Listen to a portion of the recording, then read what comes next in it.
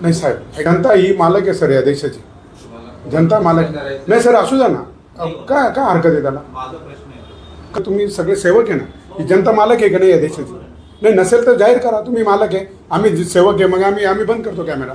साहेब हे बघा, आम्ही कुठल्याही गैरकृत्य करत नाही. आम्ही तुमच्याशी फक्त संवाद साधतोय, तो जनतेला कळू द्या फक्त. जे आहे ते दूध का दूध पाणी का पाणी. आम्ही कुठे काय वाईट म्हणतोय का बरं असं? साहेब जो तो अधिकारी त्याची कातडी वाचवतो, तो त्याची कातडी वाचवतो, मग आम्ही काय करायचं? आम्ही न्याय कोणाकडे मागायचा? तो त्याला वाचवतो. देश स्वतंत्र झाला. आज अण्णाभाऊ साठेंची 140 जयंती आहे. त्यांनी स्वतंत्र झाला. आझाद मैदानावर 20,000 लोकांना घेऊन गेले आणि ते म्हटले ही आजादी झुटी आहे, देश की जनता भुकी आहे. हे बघ 75 वर्षानंतर ते वाक्य खरं वाटते देशामध्ये. अहो IAS अधिकाऱ्यांची एक स्टील फ्रेम तयार केली लोकशाहीसाठी. देशात आमदार नसेल, खासदार नसेल, तरी पण हे देशाचं ॲडमिनिस्ट्रेशन चालू राहील. पण आता IAS अधिकाऱ्यांच्या समोर भ्रष्टाचार होतोय आणि ते पण गप्प आहे. आम्हाला खूप मोठी अपेक्षा आहे सर. ही लोकशाही तुम्हीच वाचवू शकता, IAS अधिकारीच वाचवू शकता. एक देश एका दिवसात भ्रष्टाचार मुक्त देश होईल जर सगळ्या IAS अधिकाऱ्यांनी जर ठरवलं की तर एक दिवसात 2 सुद्धा दिवस लागणार नाही. पण मग का होत नाही सर? मी भूमिपुत्र फाउंडेशनच्या माध्यमातून महाराष्ट्रभर फिरतोय. नुसता भ्रष्टाचार सर. हे पुढारी अधिकारी संगनमत करून देशाला लुटू राहिले. आता IAS अधिकाऱ्यांच्याच भरोशावर आहे हा देश. तेच वाचवू शकतात. बाकीचं कोणाकडनंच आम्हाला अपेक्षा नाही राहिल्या साहेब. म्हणून माझी तुम्हाला एक नम्र विनंती आहे, या सगळ्या प्रकरणांमध्ये चौकशी लागून आणि त्या दोषींवर कारवाई झाली पाहिजे.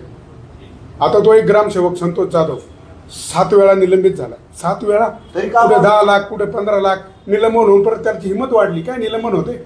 अर्धा पगारी चालू राहतो आणि परत ड्युटी. त्यांचं बडतर्फ झाले पाहिजे. असे भ्रष्ट अधिकारी साहेब शासनात ठेवू नका. भयान परिस्थिती आहे.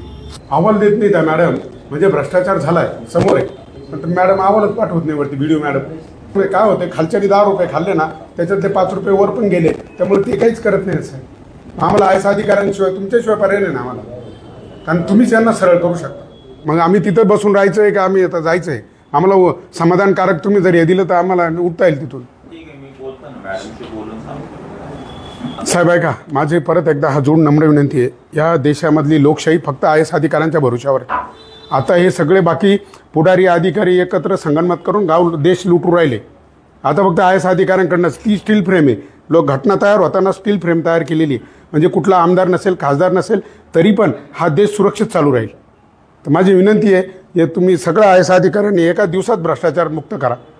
कारवाई करा. भ्रष्टाचार झालाय, कारवाई करा. तुरुंगात टाका, असे बडतर्फ करून टाका. तुम्हाला मी मॅडमशी बोलतो. ठीक आहे, एवढं सांगतो मी. तुम्ही निश्चिंत राहा. ठीक आहे, चालेल सर. आता जर 10-15 दिवसात जर कारवाई नाही झाली तर आम्ही सगळे इथे येऊन आमरण उपोषणाला, मग आमच्या इथून प्रेतच बाहेर जातील जर कारवाई होत नाही तोपर्यंत. ठीक आहे, मी कारवाई करतो. ठीक आहे, चालेल. चला. भारत माता की, भारत माता की, वंदे.